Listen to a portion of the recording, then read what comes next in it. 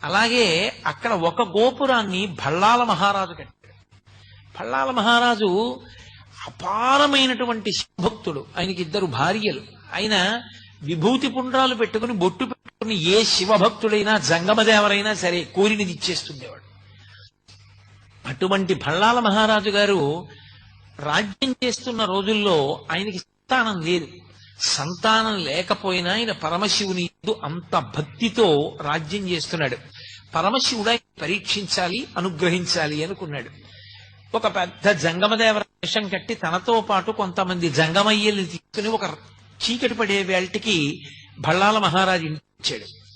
ఆయన వెంటనే వాళ్ళందరినీ స్వాగతం పలికాడు, అర్ఘ్యపాద్యాదులు ఇచ్చాడు, వాళ్ళని సేవించాడు, కూర్చోపెట్టి వాళ్ళందరినీ కూడా చక్కగా మర్యాద చేసి విశ్రాంతి తీసుకోమన్నాడు. ఈ పెద్ద జంగమదేవరు అన్నాడు, నాతో వచ్చిన జంగమయ్యలకి నాకు దేవదాసీల్ని అన్నాడు. దేవదాసీల్ని తీసుకొచ్చి జంగమయ్యలందరికీ ఇచ్చాడు. ఒక్క పెద్ద జంగమదేవరికి మాత్రం దేవదాసి లేదు.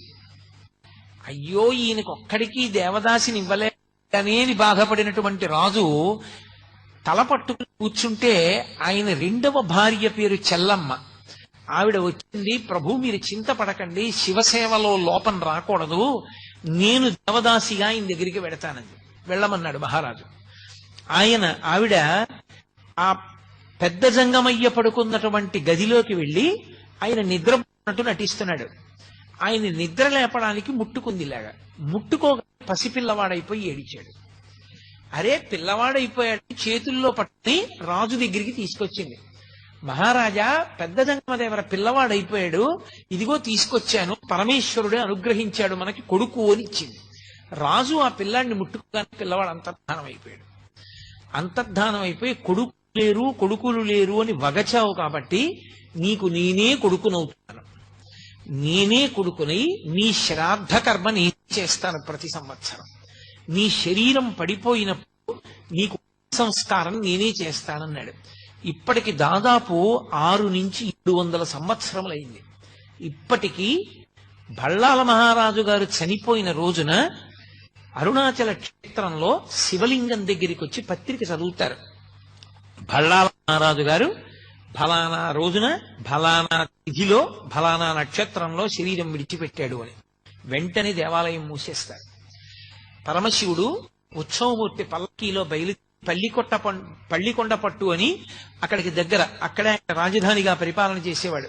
ఆ పల్లికొండ పట్టు వెళ్తుంది పల్లకి. వెళ్ళి స్నానం చేస్తాడు పరమశివుడు. అంటే ఉత్సవమూర్తి స్నానం చేస్తుంది.